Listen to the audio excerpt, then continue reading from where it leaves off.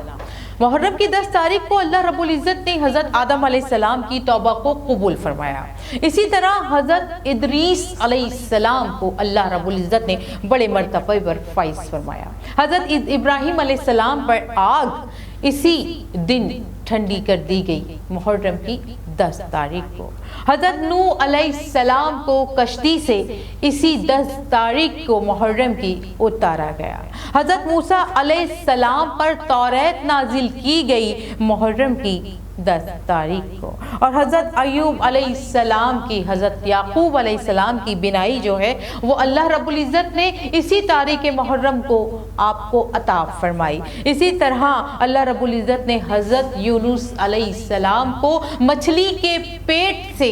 باہر نکالا، اور حضرت اللہ رب العزت نے اپنا کرم فرمایا بنی اسرائیل پر، اس کے لیے دریا کو پھاڑ دیا، اور جس نے اس دن یعنی عاشور کے دن کا روزہ رکھا گویا کہ اس نے 40 سال کا کفارہ ادا کیا، اور جس نے اس دن کی عبادت کی تو اللہ رب العزت نے 7ویں آسمان والے کے برابر اس کی عبادت کو قبول فرمایا۔ تو کیا مرتبہ ہے، ایسا کیا خاص دن ہے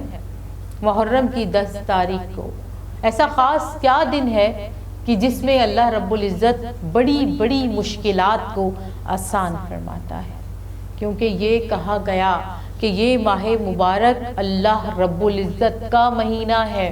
نبی فرما رہے ہیں یہ مہینہ اللہ کا ہے، خاص کر نبی نے فرمایا، تو اس کا مطلب ہے کہ یہ وہ مہینہ ہے کہ جس میں اللہ رب العزت اپنے بندوں پر خاص رحم و کرم فرماتا ہے۔ بڑے بڑے بلندیوں والے کام اسی ماہ مبارک اور اسی 10 تاریخ کو اللہ رب العزت فرماتا ہے، اور اس سے بڑا کام کیا ہو سکتا ہے کہ شاہ است حسین، بادشاہ است حسین، شاہ است حسین، بادشاہ است حسین، دین است حسین، دین است حسین، سردار نادار در دست یزید، سردار نادار در دست یزید، حقہ کے بنائے لا الہ است حسین، کہ شاہ بھی حسین ہیں، بادشاہ بھی حسین ہیں، دین بھی حسین ہیں، اور دین کو پناہ دینے والے بھی حسین ہیں۔ سر دے دیا مگر نہیں دیا ہاتھ، سر دے دیا مگر نہیں دیا ہاتھ یزید کے ہاتھ میں۔ حقیقت تو یہ ہے کہ لا الہ کی بنیاد حسین ہے،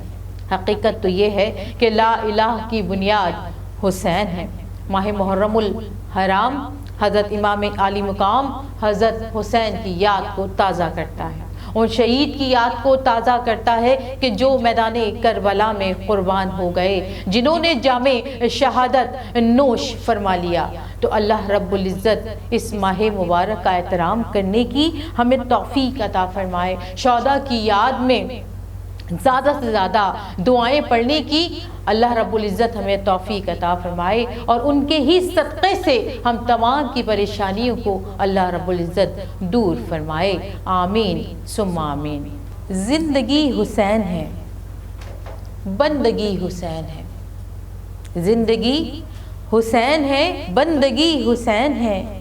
اس جہاں کی تیرگی میں روشنی حسین ہے، کہ سر دیا حسین نے، گھر دیا حسین نے، جو کوئی نہ کر سکا وہ کر دیا حسین نے،